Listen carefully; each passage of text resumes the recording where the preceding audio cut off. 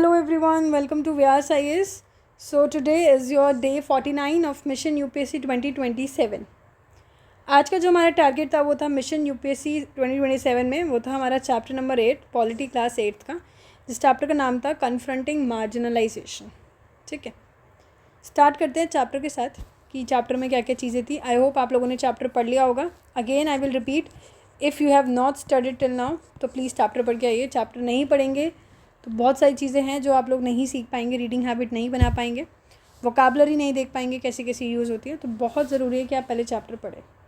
पूरा दिन आपको मिलता है कि आप आराम से पढ़ सकते हैं, क्योंकि मैं वीडियोस भी लेट डालती हूँ सो दैट आप पढ़ पाएँ। ठीक है, even if you are working और कुछ कॉलेज वगैरह में भी अगर आप हैं तो भी आप आराम से कर सकते हैं। ठीक है, स्टार्ट करते हैं चैप्टर के साथ। क्या क्या चैप्टर से इंपॉर्टेंट चीज़ें निकल के आई, जैसे कि आदिवासी, दलित्स और मुस्लिम, जिसके बारे में हमने पिछले चैप्टर में भी पढ़ा था। We have seen how they are marginalize. तो Adivasi, Dalits, Muslims, women and other marginal groups argue that simply by being citizens of a democratic country they possess equal rights that must be respected।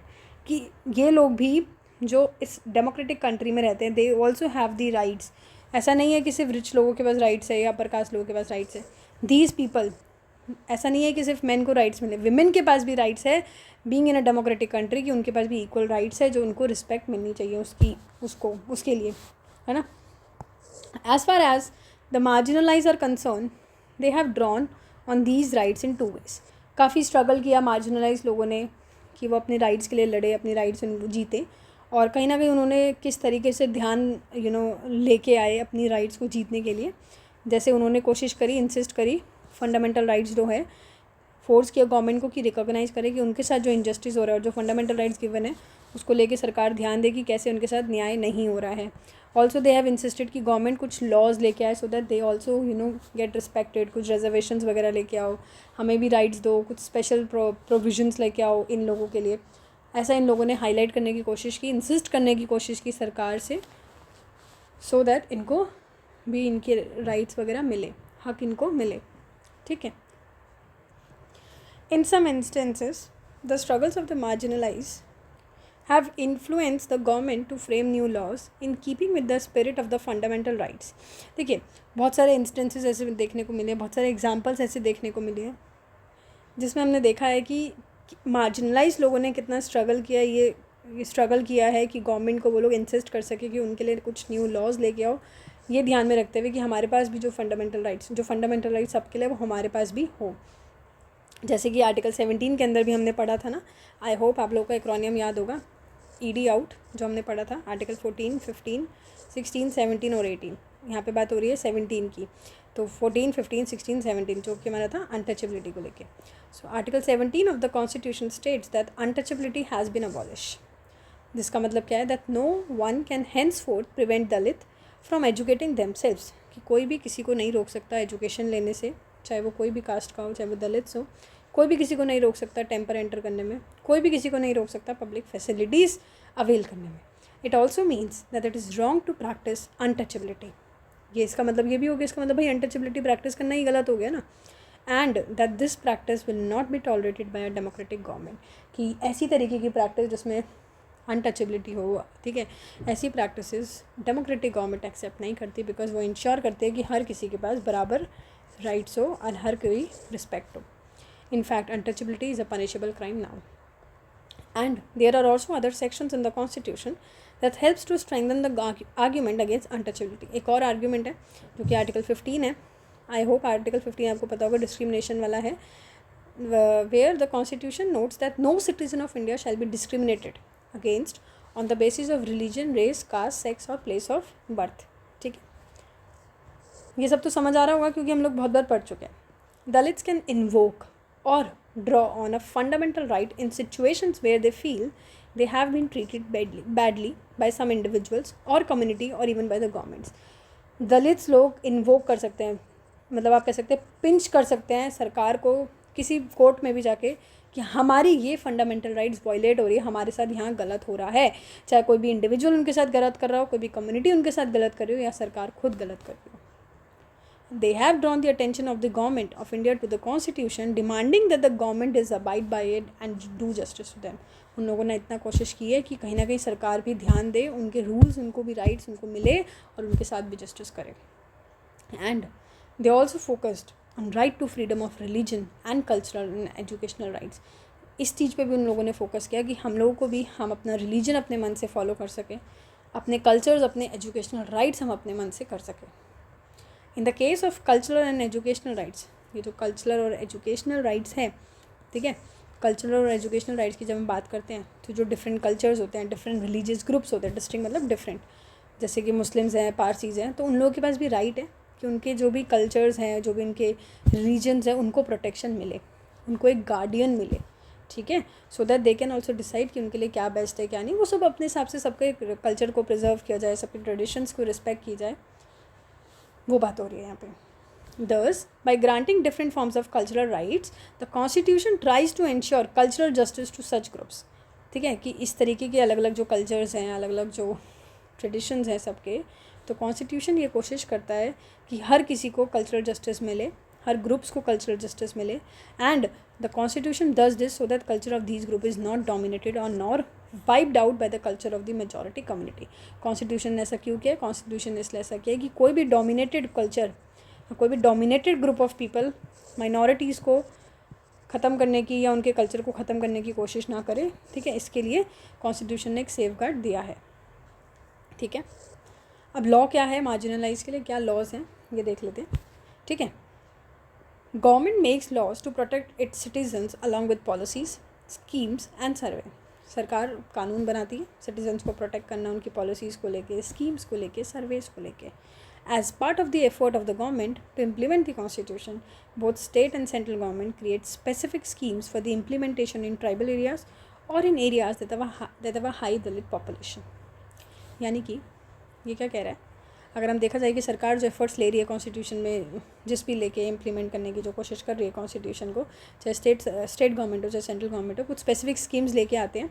जैसे कि tribal areas के लिए कुछ schemes लेके आए जहाँ पे ज़्यादा पॉपुलेशन हो, तो ऐसी कुछ स्कीम्स, ऐसी कुछ पॉलिसीज़ लेके आए जहाँ पे हम इन लोगों को, दलित पॉपुलेशन को भी ध्यान में रखा जाए, उनको लेके कोई पॉलिसीज़ आए. जैसे कि कई बार गवर्नमेंट ने कोशिश की है कि कुछ फ्री और सब्सिडाइज हॉस्टल्स प्रोवाइड किया है जो दलित स्टूडेंट्स हैं, इवन आदिवासी कम्युनिटीज़ के जो स्टूडेंट्स हैं, सो दैट उनको भी एजुकेशन फैसिलिटीज़ मिल सके. ठीक है, जो उनके लोकेशन में अवेलेबल नहीं, अगर बाहर पढ़ने जा रहे तो स्कॉलरशिप वगैरह दी है. ठीक है, in addition to providing certain facilities, the government also operates laws to ensure that concrete steps are taken to end inequity in the system. तो फैसिलिटीज़ के साथ साथ गवर्नमेंट ने ये कोशिश की कि कुछ ऐसी लॉज लेके आए जिसमें कुछ ऐसे स्टेप्स लिए जाए कि कहीं ना कहीं जो भी सिस्टम में इनइक्विटी है, जो भी डिस्क्रिमिनेशंस हो रहा है, उसको ख़त्म करने की कोशिश की जाए. जैसे कि उसके लिए सरकार सबसे बड़ी जो पॉलिसी वो लेके आई वो है रिजर्वेशन पॉलिसी. रिजर्वेशन पॉलिसी जो आज भी सिग्निफिकेंट है और हाईली कंटेंटिनियस है, जिसका मतलब आज भी चल रही है और बहुत ही ज़्यादा रेलिवेंट. आप देखेंगे हर जगह रिजर्वेशंस होते हैं. जॉब्स आप लेंगे, कोई एग्ज़ाम के आप तैयारी कर रहे हो उसमें रिजर्वेशंस होती है, एजुकेशंस में है. तो कहीं ना कहीं the law which reserve seats in education, कोई भी ऐसी कानून जो सीट्स रिज़र्व कर लेते हैं कुछ स्पेशल कैटेगरीज़ के लोगों के लिए एजुकेशन के अंदर भी और इवन गवर्नमेंट एम्प्लॉयमेंट के अंदर भी. जैसे मान लेते हैं हम यहाँ दलित और आदिवासी की बात कर रहे हैं, तो ये बहुत इंपॉर्टेंट आर्ग्यूमेंट है हमारी सोसाइटीज़ में, जहाँ पे बहुत टाइम से ऐसी चीज़ें चल रही हैं जहाँ पे बहुत सारे लोगों को, दलित और Adivasi specially if I talk about, उनको अपॉर्चुनिटीज़ डिनाई की जाती है, उनको काम नहीं दिया जाता, उनको नई स्किल्स सीखने के लिए मना कर दिया जाता है, उनको नई वोकेशनल स्किल्स लेने से मना कर दिया जाता है. तो एक डेमोक्रेटिक गवर्नमेंट में जो ये स्टेप लिया रिजर्वेशन पॉलिसी का, कहीं ना कहीं एक स्टेप है कि कहीं ना कहीं उनको हेल्प की जाए कि उनका भी कहीं ना कहीं एक रिजर्व्ड कैटेगरी में हो. ठीक है, पॉलिटिकल रिप्रेजेंटेशन देना. तो किस तरीके से रिजर्वेशन हेल्प करता है, पॉलिसीज़ कैसे चलती है, मतलब रिजर्वेशन पॉलिसी. तो जो गवर्नमेंट है हमारी जो भी गवर्नमेंट है, उन्होंने एक लिस्ट बना रखी कौन कौन सी कास्ट शेड्यूल कास्ट के अंदर आती है और कौन कौन से दलित्स होते हैं. ठीक है, शेड्यूल ट्राइब शेड्यूल कास्ट के अंदर कौन कौन से लोग आते हैं, उनकी वो कास्ट वगैरह लिख रखी है. ठीक है, सारी लिस्ट बना रखी है. तो कोई भी स्टूडेंट्स जो एजुकेशनल इंस्टीट्यूशन के लिए अप्लाई कर रहे हैं या फिर गवर्नमेंट जॉब्स के लिए अप्लाई कर रहा है, तो उनको अपना कास्ट सर्टिफिकेट दिखाना पड़ता है या ट्राइब स्टेटस दिखाना पड़ता है अगर उनको कुछ रिजर्वेशन चाहिए तो. ठीक है, उनको दिखाना पड़ेगा कि हाँ दैट ही और she belongs to that particular caste. अगर कोई पर्टिकुलर दलित कास्ट और सर्टेन ट्राइब उस गवर्नमेंट लिस्ट में है तो उस कैंडिडेट को रिजर्वेशन मिल सकता है. ऑल्सो एडमिशन लेते समय, चाहे कॉलेजेस में ले रहे हो, स्पेशली कोई प्रोफेशनल एजुकेशन जो इंस्टीट्यूट्स वगैरह होते हैं डिग्रीज़ वगैरह के लिए, मेडिकल कॉलेजेस वगैरह, तो गवर्नमेंट कुछ कट ऑफ मार्क्स सेट करती है. आपको पता भी होगा कट ऑफ सेट होती है, जनरल के लिए थोड़ी ज़्यादा रहती है, बाकी कैटेगरीज़ के लिए थोड़ी थोड़ी कम होती जाती है. तो इस तरीके से जिसमें कि this means that not all Dalits and tribal candidates can qualify for admission. इसका मतलब ये नहीं कि सारे दलित्स को एडमिशन मिल रहा है, इसका मतलब ये कि वो कट ऑफ एक पर्टिकुलर सेक्शन, एक particular caste of the society अगर फुलफिल कर लेगी तो वो एडमिशन ले सकती है। ये तो आपको खैर पता भी होगा। But only those who have done reasonably well and secured marks above the cutoff point. Government also offers special scholarship for these students. Next हमारे पास आता है protecting the rights of Dalits and Adivasis. ठीक है, जैसे कि हमारे पास राइट्स है schedule caste and schedule tribe को लेके प्रिवेंशन ऑफ एट्रोसिटीज़ एक्ट 1989 हमने पहले भी नोट्स में पढ़ा है, जिसमें हमने सेपरेटली लिखा था एससीज के लिए लिखा था prevention of the schedule caste prevention of atrocities act, फिर हमने इसी तरह शेड्यूल ट्राइब्स के लिए लिखा था। तो वही एक्ट है। क्या है एक्ट में? 1989 में ये एक्ट आया। किस चीज़ को लेके आया? जो भी डिमांड आई, जो दलित लोगों ने डिमांड करी और इवन बाकी लोगों ने, that government must take seriously the ill treatment and humiliation Dalits and tribal group face in everyday sense। कि जो भी ह्यूमिलेशन, जो भी गलत उनके साथ हो रहा है, आदिवासीज हो चाहे दलित्स हो, उनके साथ जो भी गलत हो रहा है उसके लिए गवर्नमेंट को कुछ सीरियस स्टेप्स लेने चाहिए। उसको लेके कुछ ये एक्ट आया। Act does not only describe terrible crimes. Act में से वैसे नहीं कि कोई गलत काम किया हो या टेरिबल बहुत गंदा क्राइम किया हो वही चीज़ इंक्लूड हो, बट वो भी चीज़ें इंक्लूड करता है। But also let people know what dreadful deeds human beings are capable of. ठीक है, कि भाई अगर ऐसा काम भी हो गया, ऐसा कर भी लिया या ऐसा सोच भी लिया, ऐसी तरीके की चीज़ें भी लिखी है। ऐसा नहीं है क्राइम होने पर ही हो। ठीक है, in this sense laws such as these seek to both punish as well as influence the way we think and act. तो इस तरीके से ये जो लॉ आई है, ये जो एक्ट आया है, ये ऐसा नहीं है कि सिर्फ पनिशमेंट देता है, बल्कि कहीं ना कहीं लोगों की थिंकिंग को भी चेंज करने की कोशिश करता है। ऐसे जो प्रेजेंट कर देते हैं ये जो डीड्स वगैरह जो है कि अगर ऐसा कर्म करोगे तो ऐसा मिलेगा, तो वो भी चीज़ें लिखी है। तो कहीं ना कहीं लोगों का ओपिनियन, लोगों के इन्फ्लुएंस होते हैं। The act distinguish several levels of crime. Act ने अलग अलग तरीके के क्राइम्स को डिफ़ाइन किया है, बताया है। जैसे कि उसमें लिस्ट लिखी गई है, it list modes of humiliation की किस किस तरीके के ह्यूमिलेशंस एक्सेप्टेबल नहीं है, वो भी एक क्राइम माना जाएगा। चाहे फिजिकली हॉरिफिक हो चाहे मॉरली हो। ठीक है, मॉरल उसको लेके हो, तो कोई भी it list modes of humiliation that are both physically horrific and even morally reprehensible and seeks to punish. उन लोगों को पनिश करेगा जो किसी भी मेंबर ऑफ एससी या एसटी को फोर्स करेगा कि आप कुछ खाओ या ड्रिंक करो, कोई भी इनएडिबल या ऑब्नॉक्शियस सब्सटेंस, मतलब कोई जहरीला सब्सटेंस खाने के लिए फोर्स करा जा रहा है, तो उन लोगों को पनिशमेंट मिलेगी, क्योंकि वो भी ह्यूमिलेशन के अंदर आ जाता है। कोई भी एससी एसटी को फोर्सबली बोल रहा है कि आप क्लोथ रिमूव करो, ठीक है, और परेड सिम नेकेड परेड करवाने की कोशिश कर रहा है, या काला मुँह करके जो फेस कराते हैं ना, तो ऐसी कोई भी तरीके की एक्ट अगर करने की कोशिश करे तो उसको क्राइम मिलेगा। That is a punishable offence. Secondly, act हमें क्या लिख के देता है? It list actions that dispossess Dalits and Adivasis of their मेज रिसोर्सेज और which force into performing slave labour. कि वो एक्शंस लिस्ट करता है जिसमें कहीं ना कहीं दलित से उसका पोजेशंस ले लेना, मतलब उसके एसेट्स छीन लेना, ऐसी कोई चीज़ अगर कोई करने की कोशिश करे, उनके रिसोर्सेज छीनने की कोशिश कर रहा है, या फिर उनको ज़बरदस्ती स्लेव लेबर की तरह काम करवाने की कोशिश कर रहा है। ठीक है, मार पीट के काम कराना, फ्री में काम कराना, इस तरीके की चीज़ें कोई करता है तो भी पनिशेबल ऑफेंस है। Thus, the act set out to punish anyone who wrongfully occupies or cultivates any land owned by or allotted to a member of scheduled caste or scheduled tribe or get the land allotted to him transferred. ठीक है, at another level, the act recognizes that crime against Dalit and tribal women are of a specific kind. तो कहीं ना कहीं ये act हमें ऐसे कहता है कि कोई भी क्राइम अगर दलित और ट्राइबल वुमेन को लेके किया जा रहा है किसी भी प्रकार का, एंड कोई भी क्राइम अगर किया जा रहा है तो कहीं ना कहीं उससे पैनलाइज किया जाएगा। Therefore seeks to penalize anyone who assault or uses force on any women belonging to scheduled caste or scheduled tribe with intent to dishonor her। कि किसी ने भी क्राइम करने की कोशिश की, विमेन को लेके असॉल्ट करने की भी कोशिश की या कुछ ज़बरदस्ती करने की भी कोशिश की, तो उनके साथ उनको क्राइम मिलेगा, मतलब सॉरी पनिशमेंट मिलेगी। ठीक है, कबीर के बारे में आया था। कबीर कौन है? एक भक्ति सेंट है, जो ये रेफ़र करते हैं कि untouchability is the highest state of knowledge. कि अनटचेबिलिटी इस तरीके से मत करो कि कास्ट बेसिस में कि तुम लोअर कास्ट के तो हम तुम्हें टच नहीं करेंगे या वो, बल्कि अनटचेबिलिटी लोगों के व्यूज़ के हिसाब से करो। मतलब कोई अगर गंदा सोचता है, किसी की थिंकिंग ही ख़राब है, तो उन लोगों से दूर रहो, उन लोगों को टच मत करो, मतलब उनकी सोच को मत आप ऐसे कह सकते हो अट्रैक्ट करो। तो इस तरीके से कबीर जी बोलते थे कि अनटचेबिलिटी कुछ नहीं है, अनटचेबिलिटी बस एक is your highest state of knowledge. ठीक है, फिर कुछ आदिवासी डिमांड्स आई और उससे कुछ एक्ट आया जो हमने पढ़ भी लिया। सो 1989 का ये जो प्रिवेंशन ऑफ एट्रोसिटीज़ एक्ट आया, ये इंपॉर्टेंट है एक और रीज़न की वजह से, कि जो आदिवासीज़ के एक्टिविस्ट होते थे वो लोग defend they refer adivasis activist refer to it to defend their right to occupy land that were traditionally theirs. कि आदिवासीज एक्टिविस्ट जो आदिवासीज के प्रोटेक्ट के लिए खड़े होते थे, उन लोगों ने कोशिश करी इस एक्ट के थ्रू कि जो भी लैंड पहले जो आदिवासीज का हुआ करता था और जो छीन लिया गया उनको, वो लैंड उनको वापस दिलाया जाए। एक्टिविस्ट ने ये भी कोशिश की that those who have forcibly encroached upon tribal land should be punished under the law। कि जिसने भी कोशिश की उनके लैंड लेने की, उनको पनिशमेंट मिले। Even the act merely confirms what has already been promised to tribal people in the constitution, that land belonging to tribal people cannot be sold or to brought by non tribal people। कि even act में भी ये confirm हो गया था कि कोई भी लोग अगर लैंड लेने की कोशिश करता है ट्राइबल लोगों का, या बेचने की कोशिश करता है, खरीदने की, तो कहीं ना कहीं वो क्राइम होगा। ऐसा नहीं हो सकता, मतलब, ठीक है।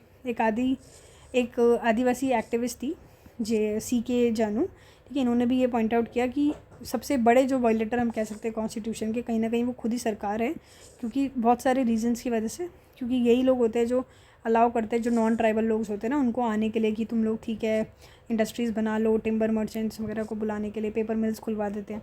तो कहीं ना कहीं ये भी लोग एक्सप्लॉइट करते हैं ट्राइबल लैंड, और फोर्सफुली ट्राइबल लोगों को जाना पड़ता है अपने ट्रेडिशनल फॉरेस्ट से, क्योंकि in the process of declaring forest as reserved और एज सेंचुरीज, ठीक है। सेंट्रल गवर्नमेंट ने फिर पास किया एक schedule tribe and other traditional forest dwellers recognisation of forest right act 2006 में, ठीक है। सेंट्रल गवर्नमेंट ने क्या पास किया शेड्यूल ट्राइब को लेके, और कुछ और एक्ट जो कि था forest dweller recognition of forest right act, कि किसका फॉरेस्ट उसको लेके कुछ एक एक्ट आया, जिसका एक्ट का final the introduction to the final act state that this act is meant to undo the historical injustice meted out to forest dwelling, ठीक है। कि जो भी इनजस्टिस हुआ है हिस्ट्री में फॉरेस्ट आदिवासीज़ के साथ, उनके लैंड्स पे, वो उनको इनजस्टिस ना हो, ये चीज़ को लेके ये एक्ट आया, ठीक है।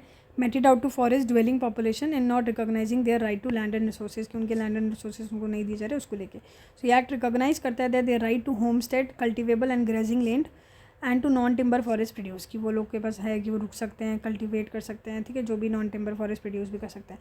सो कहीं ना कहीं एक्ट के अंदर ये भी पॉइंट आउट किया था rights of forest dwellers includes conservation of both forest and biodiversity. जो फॉरेस्ट ड्वेलर्स उनके पास राइट है कि वो फॉरेस्ट और बायोडाइवर्सिटी को भी प्रिवेंट करे, कंजर्व करे। The existence of a right और अ लॉ और even a policy on paper does not mean that it exist in reality. अगर हमने कानून बना दिया, एक्ट बना दिया या पेपर में लिख दिया, ज़रूरी नहीं हम रियलिटी में हो। आज भी ऐसा है कि रियलिटी में नहीं होता है। So people have had to constantly work on और make efforts to translate these into principles, कि लोगों को कॉन्स्टेंटली मेहनत करनी पड़ेगी कि ये जो पेपर्स में लिखा है, जो प्रिंसिपल्स बनाए हैं, जो लॉज बनाए हैं, वो रियल में हो, that guide the actions of their fellow citizens और even their leaders. The desire for equality, dignity and respect is not new. Even in a democratic society, similar processes of struggle, writing, negotiation and organizing need to continue, ठीक है। बहुत ही easy chapter था, काफ़ी चीज़ें हम पहले भी पढ़ चुके हैं, तो आपको आई होप ईजिली समझ आ गया होगा। स्टिल कोई डाउट होता है तो आप सबको पता है व्हाट्सएप पे या टेलीग्राम पे आप मेरे से पूछ सकते हैं, ठीक है। मिलते हैं नेक्स्ट लेक्चर के साथ। सी यू, गुड नाइट।